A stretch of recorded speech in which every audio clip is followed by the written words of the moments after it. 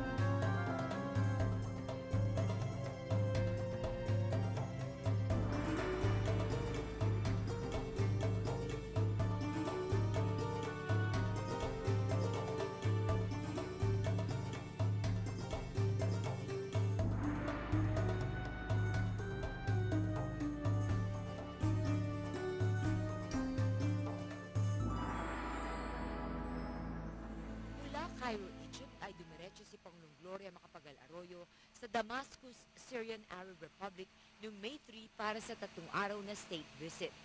Makasaysayan ang pagdalo na ito ng Pangulo dahil siya ang kauna-unahang presidente ng Pilipinas na nagsagawa ng state visit sa bansang Syria. Ang capital city nito na Damascus ay tinaguri ang bilang one of the oldest continuously inhabited cities in the world.